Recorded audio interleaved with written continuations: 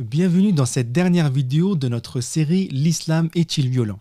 Aujourd'hui, nous aborderons un sujet central, peut-être l'un des plus complexes, mais aussi l'un des plus détournés. Le célèbre hadith « Il m'a été ordonné de combattre les gens jusqu'à ce qu'ils témoignent qu'il n'y a d'autre divinité qu'Allah ». Ce hadith, donc, souvent cité pour justifier des actions contraires aux valeurs fondamentales de l'islam, mérite d'être analysé en profondeur à la lumière du contexte historique, des enseignements coraniques et de la pratique du prophète Mohammed, paix et bénédiction sur lui.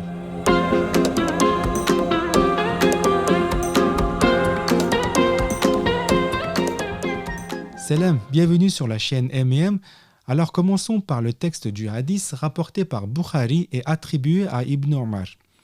Il m'a été ordonné de combattre les gens jusqu'à ce qu'ils témoignent qu'il n'y a d'autre divinité qu'Allah et que Mohammed est son messager, qu'ils accomplissent la prière, qu'ils acquittent l'aumône. S'ils font cela, ils auront préservé et leur sang et leurs biens, à moins que des raisons légitimes imposent le contraire. Quant à leur compte, c'est Allah qui se charge de les dresser. Cependant, ce hadith existe sur plusieurs versions avec des variantes notables. Par exemple, certaines versions ne mentionnent ni la prière ni l'aumône, tandis que d'autres incluent des éléments comme la direction de la prière, la qibla, ou les règles alimentaires. Ces variantes soulignent l'importance d'examiner ces textes dans son contexte. D'un point de vue historique, ce hadith fait référence à une époque où les musulmans étaient en conflit avec les tribus polythéistes de la péninsule arabique qui leur avaient déclaré la guerre. Le terme clé ici est « combattre », qui n'a pas la même signification que « tuer ». Il s'agit d'un terme militaire qui implique un affrontement entre deux groupes en guerre et non une attaque systématique contre les civils ou les non-musulmans. Ce détail est crucial car il change radicalement notre compréhension du texte.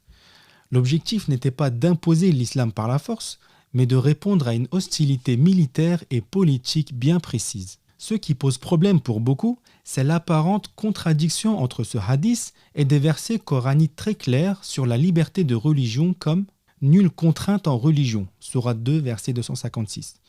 Ou encore « quiconque veut croire, qu'il croit, et quiconque veut mécroire, qu'il mécroit » sourate 18, verset 29. Mais comment résoudre cette contradiction? Premièrement, il est essentiel de replacer ce hadith dans son contexte d'énonciation.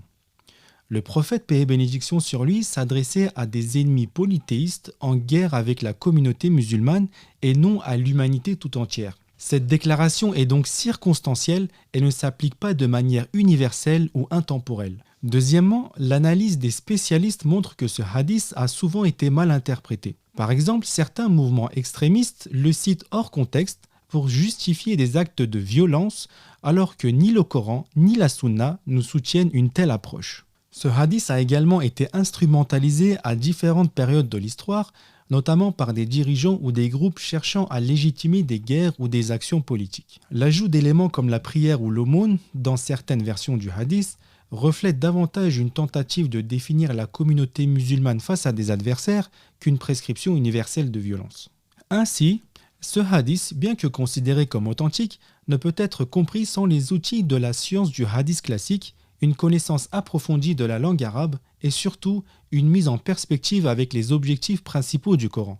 L'islam est une religion qui prône la paix, la justice et la liberté de croyance. En somme, ce hadith ne doit pas être utilisé pour légitimer des violences ou des contraintes, mais plutôt comme un rappel de l'importance de replacer chaque texte dans son contexte historique et spirituel. Initialement, nous avions prévu d'inclure la conclusion de cette série de vidéos dans cette vidéo même, mais au vu de l'importance, nous avons choisi de faire une vidéo spéciale conclusion. Merci d'avoir regardé la vidéo, n'hésitez pas à liker, à vous abonner et à commenter. Je vous dis à la prochaine vidéo spéciale conclusion. C'est là.